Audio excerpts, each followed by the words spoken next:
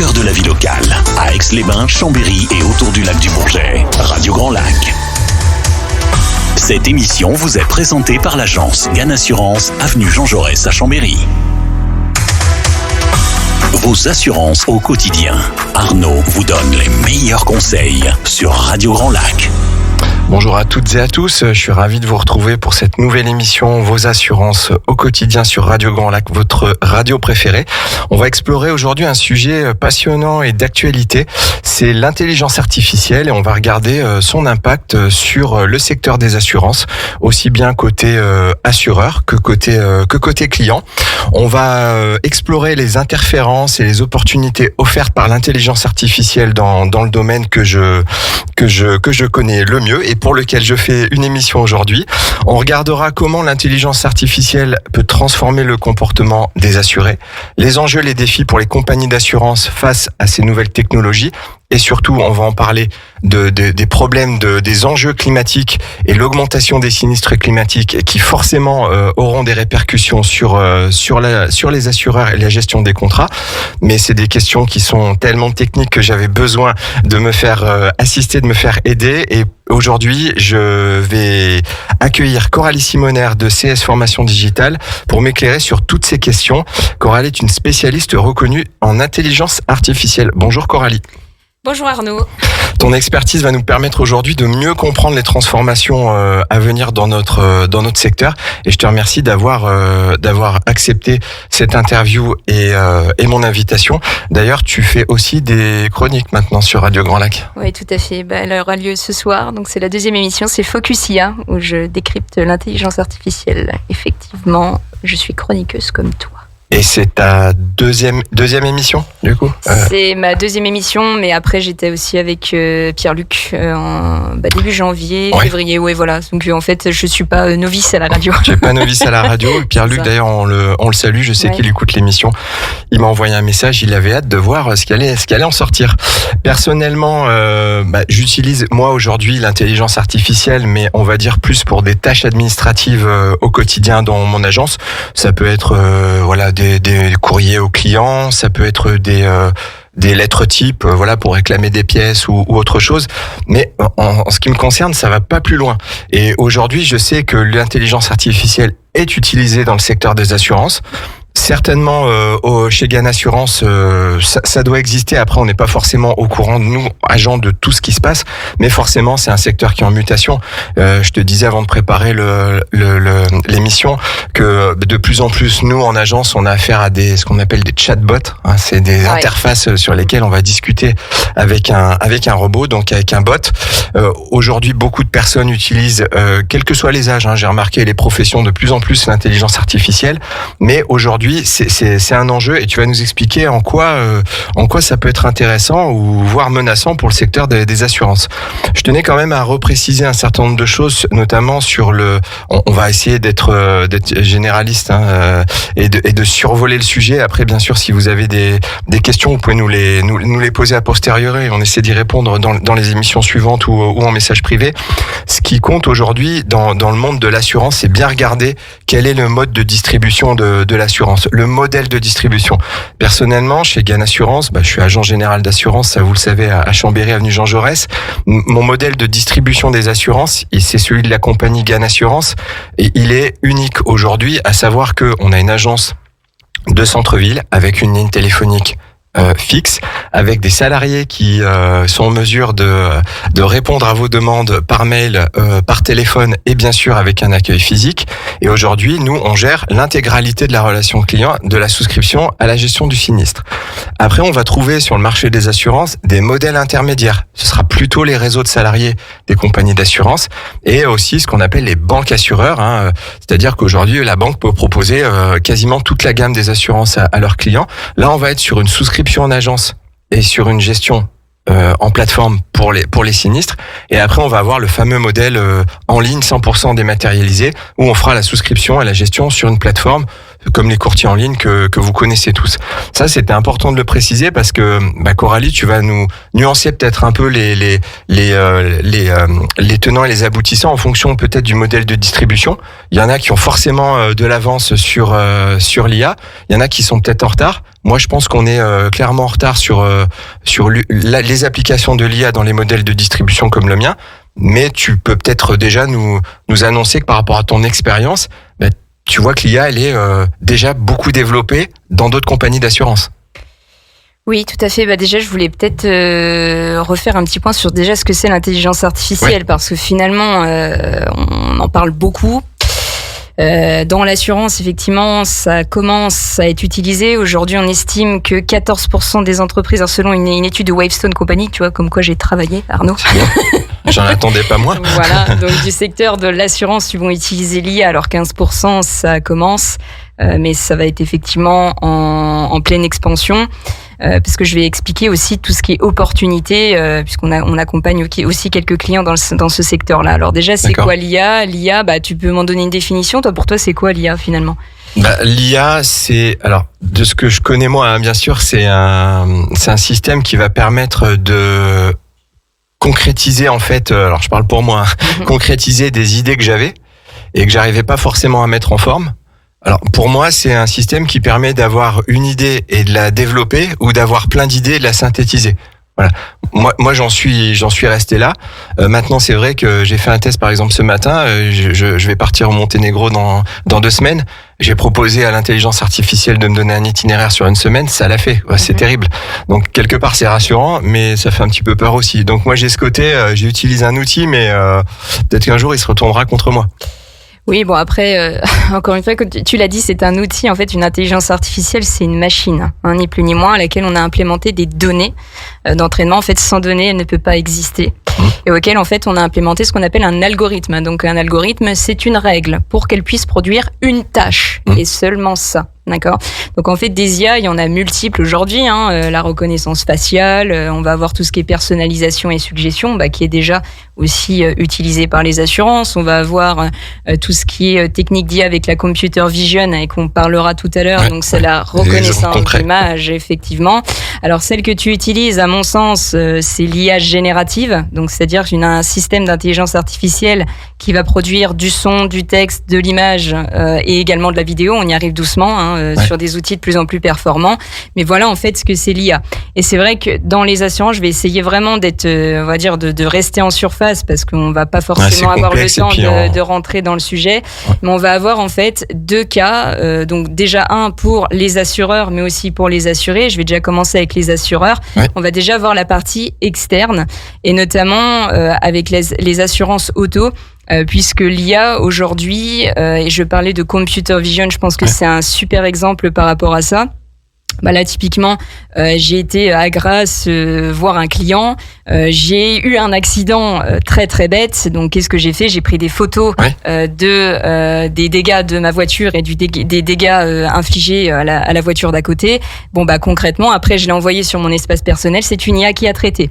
Donc, grâce à la computer vision, en fait, l'IA a analysé mon image et finalement derrière a pu constater les dégâts et même estimer les dégâts de réparation de la personne qui était en cause. Donc ça, finalement, c'est aussi l'IA est très intéressante pour tout ce qui est optimisation du traitement des sinistres. On va juste faire une petite parenthèse sur comment on traite un sinistre en fait dans une compagnie d'assurance. À partir du moment où vous avez un sinistre, vous le déclarez à la compagnie. Là, on parle de véhicules automobiles, mais c'est pareil pour le reste. Vous le déclarez à la compagnie et il va bien falloir estimer les dommages au véhicule ou le dommage au bien, un logement ou autre chose, ou un local. On va estimer les dégâts, ça c'est un expert qui va le faire. Ensuite, l'expert va nous transmettre son rapport avec les circonstances confirmées ou infirmées, qui va ensuite nous faire un chiffrage des travaux. Nous, on va dire oui ou non, dans quelles circonstances, et ensuite on va envoyer un ordre de règlement. Voilà. Donc, soit le client peut utiliser ses fonds propres, on le rembourse, soit en fait on va faire appel à un réseau d'artisans. Mais il y a toute une chaîne quand même.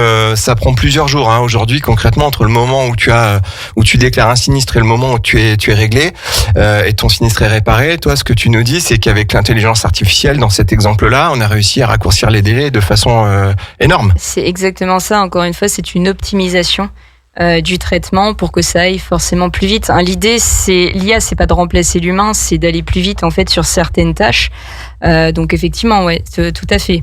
Après, je peux aussi parler de quelque chose qui est grandement utilisé, c'est tout ce qui est détection de fraude, puisque ça nous permet, l'IA aujourd'hui nous permet d'avoir une réduction des pertes financières pour les assureurs. Et je vais prendre un exemple assez concret, puisque comme l'IA est basée sur des données clients, donc en fait elle va faire des croisements de données, des données externes. Ça peut être tout ce qui est anciennement les déclarations de sinistres historiques de tes clients, finalement vont permettre à l'IA de s'alimenter. Finalement il va y avoir une détection soit des fraudes organisées, donc imaginons tu as 2 clients qui ont donc l'IA va pouvoir le faire aussi, notamment on a un numéro de téléphone qui est similaire sur 2 clients, l'IA va le détecter, va détecter une anomalie. Pareil sur les images, c'est-à-dire qu'elle va pouvoir essayer d'être en mesure aujourd'hui de détecter sur l'image si c'est une image venue d'un smartphone, si c'est aussi venu d'internet, donc en fait elle va pouvoir détecter toutes ces anomalies-là et puis aussi faire un rapport avec les incohérences des informations données dans le dossier client. Ça, je savais même pas que ça pouvait exister, donc c'est super intéressant ce que tu nous dis. En fait, l'IA va révolutionner, si on parle vraiment sur la partie sinistre, on va pas dire qu'elle va révolutionner, elle est en train de révolutionner la gestion des sinistres. Après, au niveau, comme on dit toujours, un contrat d'assurance, ça reste un contrat. Il y a des règles, il y a des ratios réglementaires, il y a des procédures, il y a du traitement des données aussi. On a bien compris que le bénéfice concret pour un assuré qui pouvait en tirer, c'est gagner du temps et pouvoir être indemnisé au plus vite et retrouver l'usage du véhicule, par exemple, qu'il avait avant, et puis continuer de son utilisation quotidienne. Il y a quand même des défis éthiques et réglementaires d'utiliser l'IA dans les assurances aujourd'hui. Oui, bien sûr, parce qu'en fait, vous êtes sur des métiers qui sont déjà très, très réglementés. Donc, notamment par rapport à la protection des données personnelles, bien évidemment. Et d'ailleurs, dans ma chronique ce soir, je vais décrypter l'IA Act qui est passé le 15 juillet, qui a été publié au journal officiel le 15 juillet. Donc, on va décrypter ça ensemble parce que toi aussi, tu es concerné. Arnaud, tout le monde est concerné. D'accord. Donc, effectivement, il va y avoir tout ce qui est sécurité des données personnelles. Aujourd'hui, comment on gère la confidentialité des données de nos clients? Parce que finalement, l'IA a besoin de données pour pouvoir produire une tâche. Ça, on a compris. Maintenant, aujourd'hui, il va falloir, j'imagine que dans les contrats d'assurance, il va falloir mentionner que une compagnie utilise l'IA pour après produire une tâche à partir des données de nos clients. Sachant qu'aussi on fait face à une problématique aujourd'hui, c'est est-ce qu'on utilise un outil grand public, alors ce qu'on appelle les chats GPT communément, à usage général, ou est-ce que on va utiliser ce qu'on appelle les développements d'IA, donc c'est-à-dire qu'on va créer en fait notre propre IA, si j'utilise un jargon moins technique, on va justement implémenter les données de notre entreprise, les données de nos clients, on va entraîner la machine sur ces données-là et justement ça sera beaucoup plus sécurisé. Moi, j'ai un exemple à donner à tous nos auditeurs, en tout cas pour ce qui concerne GAN Assurance. À partir du moment, je l'ai découvert il y a pas longtemps. Moi, j'avais tendance à aller sur mes propres contrats par rapport à l'interface avec laquelle je travaille tous les jours, mais il y a pas longtemps, je suis allé sur mon espace client. Voilà. Et en fait, je me suis retrouvé, j'avais besoin d'une attestation scolaire pour la rentrée au lycée de mon fils. Et en fait, est apparue une fenêtre avec un chat. Et on m'a demandé ce que je voulais. Et j'ai dit attestation scolaire. Ça m'a proposé l'attestation en format PDF. Voilà. J'ai pu le télécharger. Ça m'a même proposé de l'envoyer à une adresse, sur mon adresse mail que j'ai renseignée sur mon espace client. Je me dis j'ai quand même gagné du temps. C'est en fait un gain de temps. Si on arrive à comprendre ça, que l'IA est un gain de temps, c'est tout bon. Et je pense que de toute façon, tu me poseras aussi les questions au fur et à mesure par rapport aux suppressions d'emplois, etc. Je l'attends, cette question, avec impatience. Sauf qu'effectivement, à partir du moment où on sait que l'IA, c'est un outil qui est à notre service et qu'on va gagner du temps avec, effectivement, c'est totalement la finalité. Ouais, effectivement, on va gagner du temps. On va probablement aussi gagner de l'argent. Comme j'expliquais avec la détection des fraudes, finalement, les la fraude à l'assurance, faut savoir que en assurance, contrairement si on fait un parallèle en fait avec la banque, où en banque c'est souvent sur l'entrée en relation qu'il y a un risque de fraude, mauvaise connaissance du client, pas les bonnes données, etc. En assurance, c'est un peu différent. En assurance, on va avoir les risques de fraude surtout sur la gestion du sinistre et pas trop sur l'entrée en relation. Par exemple, quand vous assurez une voiture, on vous demande pas comment la voiture vous l'avez financée. Si vous assurez une voiture aujourd'hui et que dans quelques jours vous avez un sinistre, que la voiture est incendiée, ou qu'elle est, on va dire, économiquement irréparable, c'est à ce moment-là, avant de payer, qu'on va vous demander comment vous l'avez acheté. Donc, est-ce que dans le traitement des données, dans la récolte de données, on pourra pas peut-être dans les assurances progresser sans forcément revenir sur ce qui existe en banque, mais se dire que finalement l'intelligence artificielle, c'est peut-être juste une intelligence augmentée qui va permettre finalement de réduire les risques, notamment sur l'entrée en relation, qui évitera après de devoir gérer des fraudes sur les sinistres. Des fraudes sur les sinistres, voilà, c'est le principal outil, enfin la principale source de sinistres dans les assurances. Si on peut régler cette partie-là, en tout cas réduire ses coûts, ce sera que bénéfique pour les clients. Bah effectivement, je pense que tu as tout résumé. Puisque de toute façon on va voir, voilà, je vous disais tout à l'heure, une réduction des pertes financières pour les assureurs en incluant l'IA sur tout ce processus-là. Alors tout ou partie du processus, hein. L'idée encore une fois c'est de garder un peu d'humain dans tout ce processus-là. Mais bien sûr, tout ce que tu as dit là, j'ai même rien d'autre à rajouter parce que tu as tout bien résumé en fait. Hein. Bon bah l'émission continue quand même. Bien sûr. J'ai encore plein de choses à dire, tout ça. Alors si jamais t'arrives pas à toutes les dire aujourd'hui, c'est un sujet, j'ai bien vu sur les réseaux sociaux qui fait mouche, donc pourquoi pas faire une émission régulièrement sur ce sujet-là. Ce qui est important de comprendre aujourd'hui, je passe le message à nos auditeurs, à nos prospects et nos clients, c'est que un contrat d'assurance, il est équilibré à partir du moment où il y a un rapport entre les primes versées à la compagnie et les sinistres qui sont réglés. On considère aujourd'hui que ce fameux ratio de sinistre à prime, il doit être de 70%. Ça veut dire que si un contrat est amené à avoir beaucoup de frais de gestion, beaucoup d'indemnisation, beaucoup de gestion de sinistres, à un moment donné, les primes de l'autre côté, elles seront pas suffisantes. C'est pour ça aussi qu'on parlera un petit peu des enjeux climatiques après la pause. C'est que à un moment donné, les coûts de gestion aussi des compagnies d'assurance, elles augmentent. S'il y a beaucoup de fraude, il y a plus d'indemnisation finalement que nécessaire. Et tout ça, ça se connaît, ça va se ressentir l'année suivante dans l'augmentation des primes des contrats.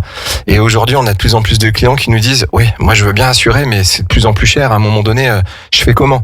Et là, aujourd'hui, avec les modèles en ligne qui utilisent peut-être plus d'intelligence artificielle, tant sur la gestion que sur la souscription, on va peut-être amener à réaliser des économies, mais c'est peut-être pas non plus sans conséquence sur l'emploi. Alors, ta question est qu'est-ce que je dois dire par rapport aux emplois, c'est ça Arnaud, si je reformule? Non, c'est plus de dire finalement l'intelligence artificielle, elle a des vertus. Apparemment, ça va gérer le coût de gestion des sinistres, ça va l'améliorer, ça va améliorer peut-être aussi la connaissance client et le traitement des données.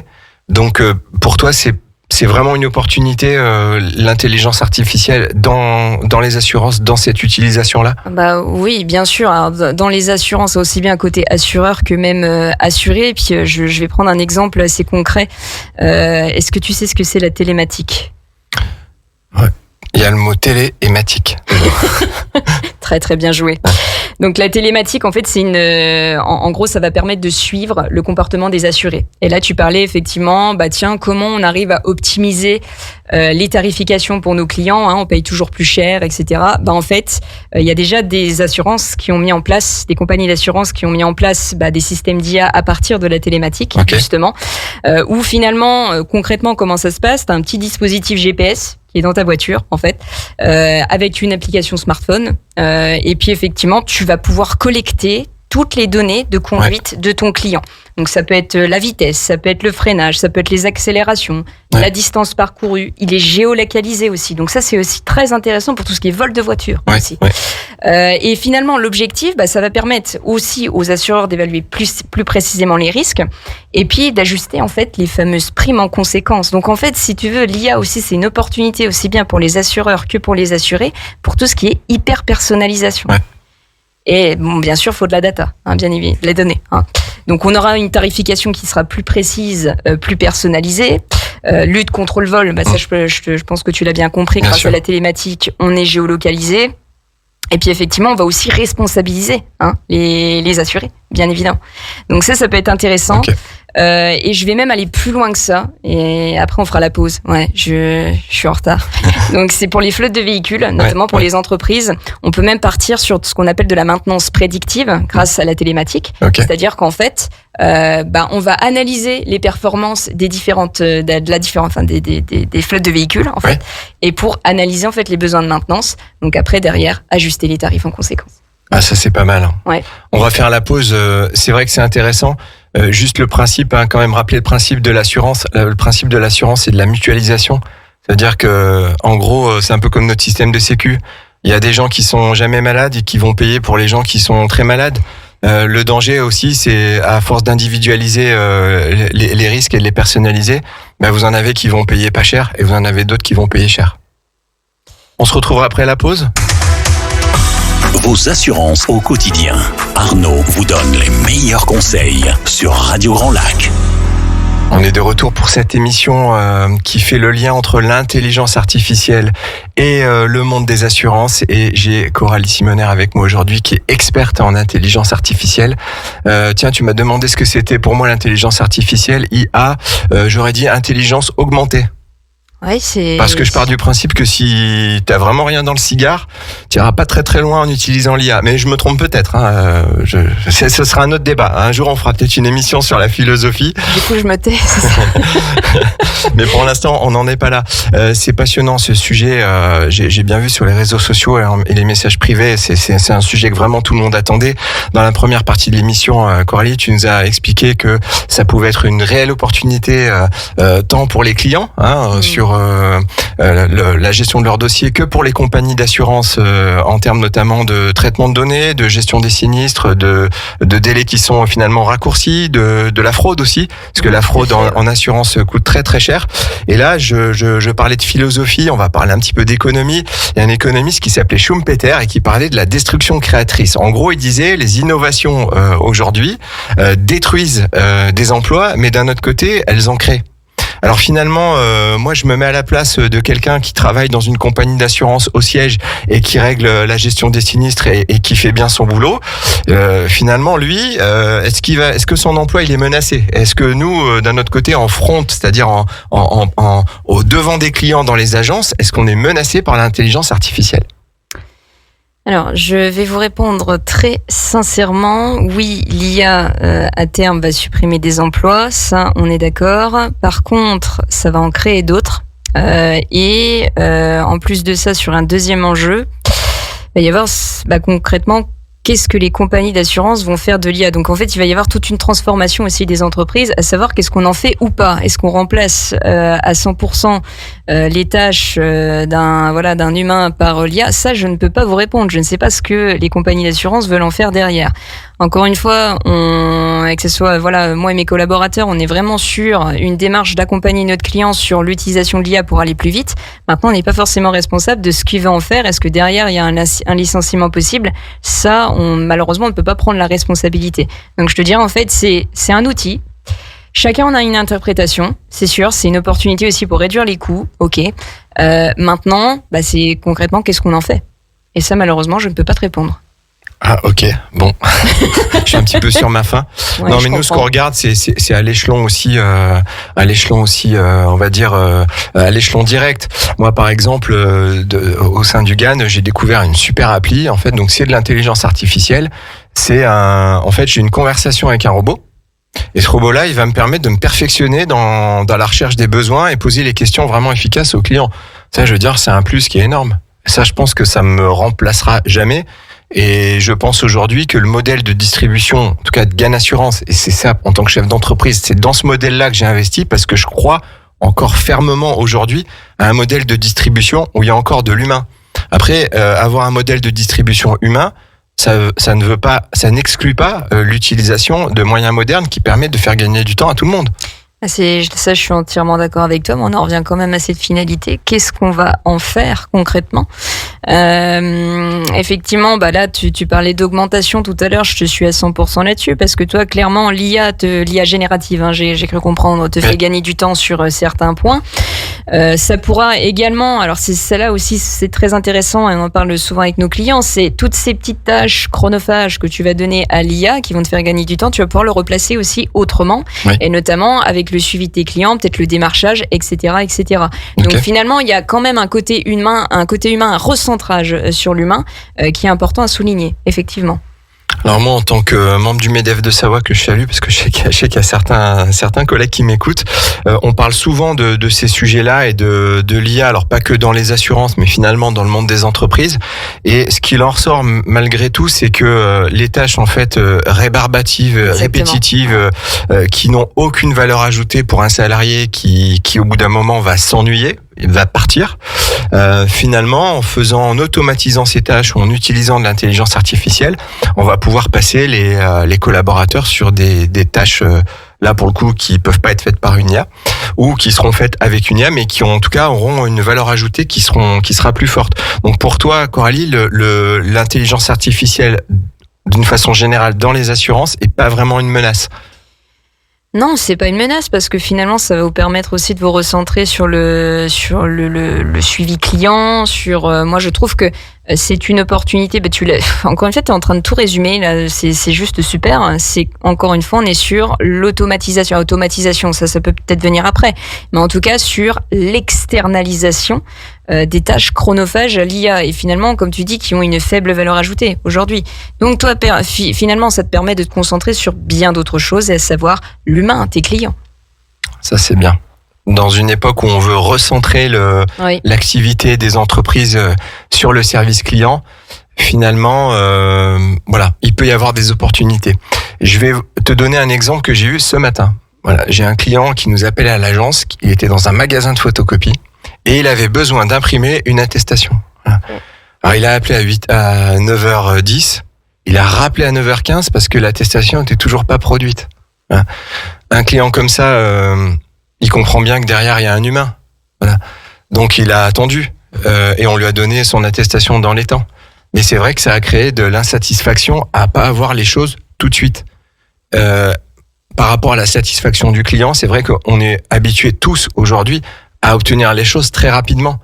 Est-ce que l'IA finalement va pas accélérer les choses? Et là, je reviens un petit peu sur le côté menaçant de l'IA. En passant par une IA, je vais avoir ma réponse instantanée. C'est ce que je disais tout à l'heure avec mon exemple sur mon service client, mon attestation que j'ai eu tout de suite. Ou bien on va quand même laisser les gens faire leur travail et faire les choses dans des temps raisonnables. Je te dirais que là, on fait face à un enjeu de taille, puisque c'est sûr, l'IA va transformer en fait la relation assureur-assuré. Ça, c'est évident. Et puis, je crois que, je sais plus, tu en parlais en début d'émission, on a aussi l'avènement de tout ce qui est chatbot et assistant virtuel, boosté à l'IA, qui justement nous permet aujourd'hui d'aller beaucoup plus vite, pour aller chercher une attestation ou ce genre de choses. Donc effectivement, là, on a une suppression de humain-humain. On est d'accord avec ça.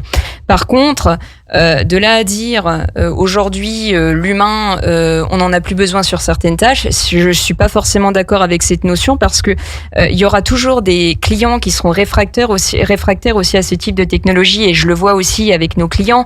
On fait face avec l'avènement en tout cas de ces nouvelles technologies à cette fameuse fracture numérique. Aujourd'hui, tous nos clients ne pourront pas, ne sont pas réceptifs en tout cas à l'intelligence artificielle, au chatbot, etc., etc. C'est sûr, ça fait gagner du temps, mais de toute façon, il y aura toujours besoin de l'humain, en tout cas pour les accompagner.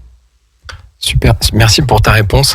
Je parlais tout à l'heure de la notion d'aléa. Un contrat d'assurance aujourd'hui, il faut qu'on puisse quantifier le risque, identifier ce qu'on va assurer, et surtout qu'il y ait une notion d'aléa. À partir du moment où un risque est certain, il n'y a plus d'aléa. Quand je dis aléa, je parle d'aléa climatique. Et c'est vrai qu'aujourd'hui, tout à chacun, on a vu nos primes augmenter. Alors, il y a les fonds de garantie, toutes les taxes qu'il y a dans les contrats d'assurance qui ont fait, ça explique pas tout, mais qui ont fait que les contrats ont fortement augmenté. Mais aussi d'un autre côté, les primes d'assurance ont beaucoup augmenté parce qu'on gère de plus en plus de sinistres et on indemnise de plus en plus. Ce qui est important, je parle d'aléas.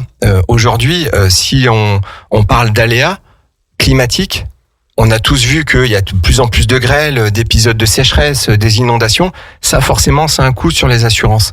En quoi l'IA aujourd'hui, elle peut aider les compagnies d'assurance? Je pense notamment aux actuaires. C'est des gens qui font des provisions mathématiques. C'est des gens qui quantifient le risque, qui mettent au point les contrats pour dire voilà, tel contrat pour assurer telle voiture dans telles conditions, c'est tant qu'il faut payer.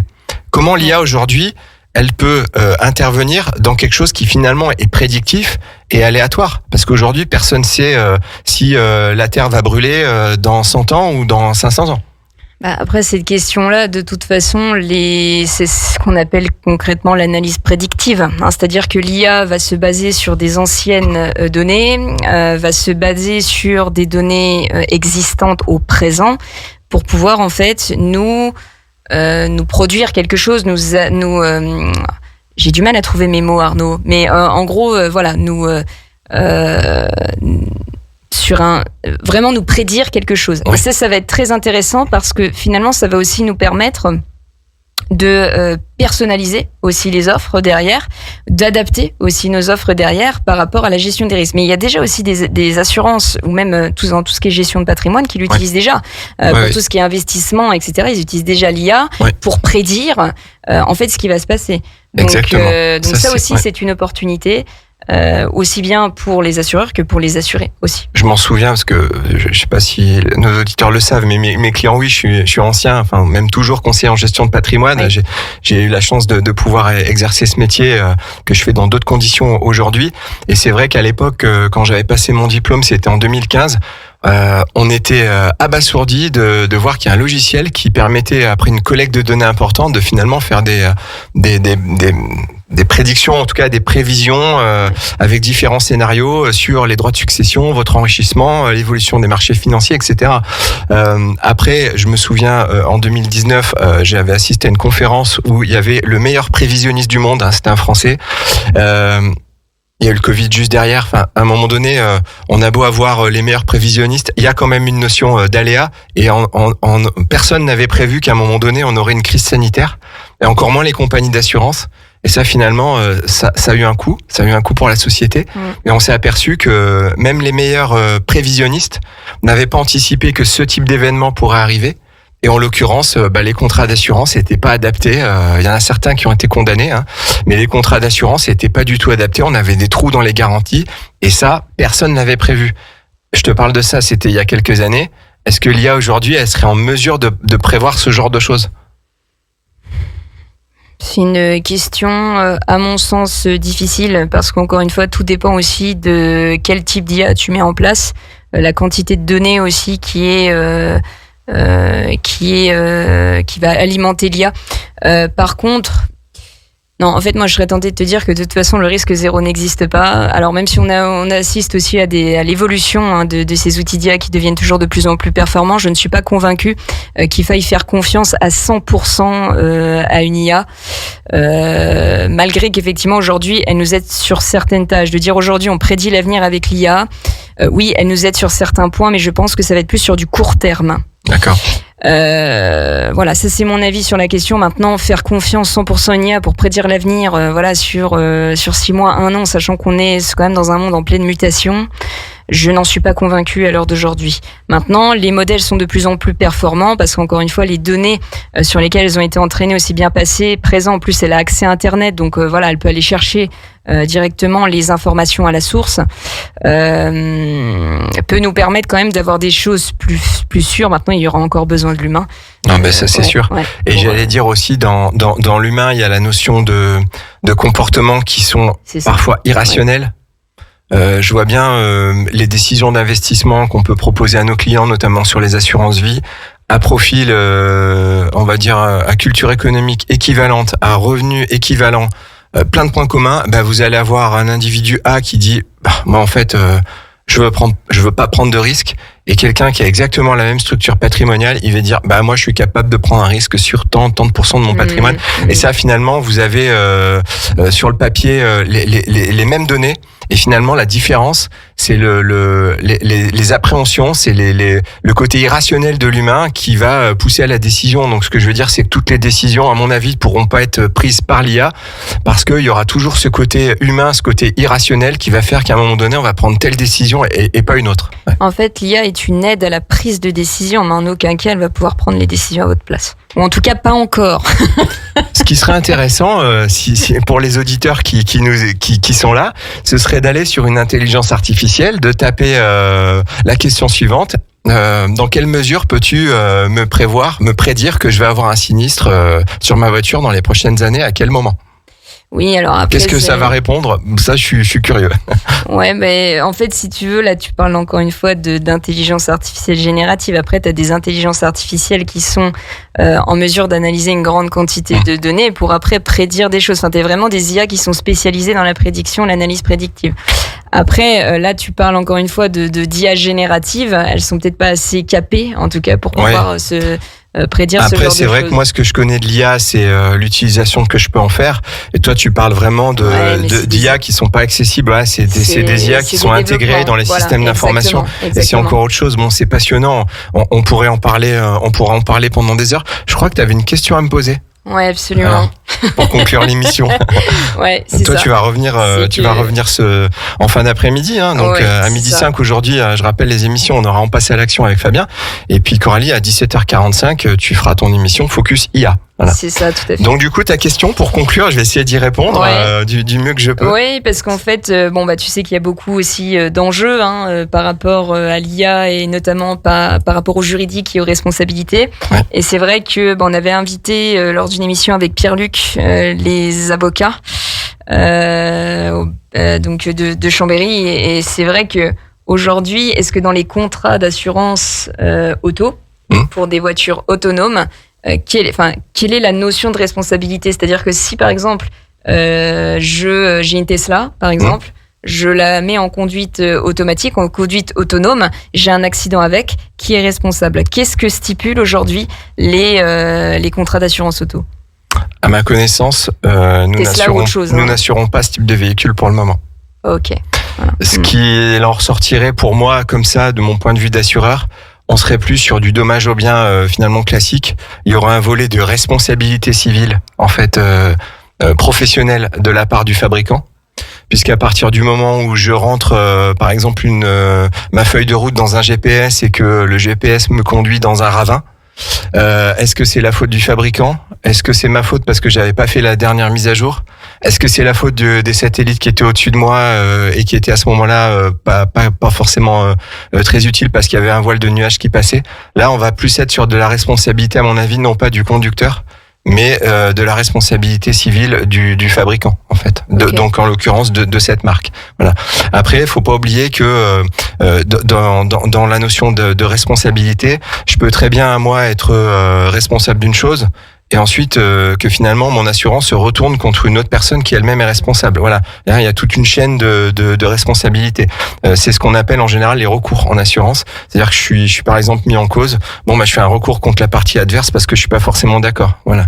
J'espère que j'ai répondu à ta question. Non, mais c'est parce que c'est encore une fois, c'est des pistes ouvertes en termes de responsabilité juridique. Voilà, on n'a pas toutes les réponses. On n'a pas toutes les réponses. Non, on n'aura pas toutes les réponses. Alors voilà, ce soir, durant ma chronique, je vais vraiment décrypter l'IA Act, qui est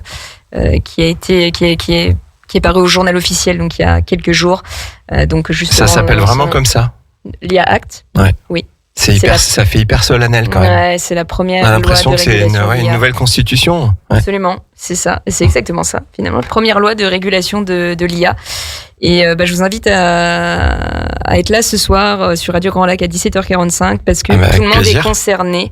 Entreprises, associations, collectivités. En fait, on dit que souvent que l'IA c'est le futur, mais l'IA c'est déjà le présent. Donc si c'est déjà le présent, c'est un peu le passé, Jean-Pierre, non? Ouais. Ok. Sur ces belles paroles philosophiques, je vais remercier Coralie d'avoir accepté l'interview. C'était vraiment super sympa. J'espère que vous avez bien compris, bien intégré tous les sujets qu'on a évoqués aujourd'hui. C'est vrai que c'est complexe, c'est difficile de parler de sujets comme ça en l'espace de quelques minutes. Ces émissions, elles sont super, elles passent comme un éclair. Donc pourquoi pas, Coralie, refaire une émission à l'occasion sur peut-être le chapitre 2, le tome 2 de cette émission sur les assurances et l'intelligence artificielle. Merci de nous avoir écoutés. Je vous retrouverai à la rentrée, puisque au mois d'août, on fera pas d'émission. Donc j'aurai le plaisir de vous retrouver soit fin août, soit début septembre sur les ondes de Radio Grand Lac. Je vous souhaite une bonne journée et à bientôt. Radio Grand Lac. Votre radio.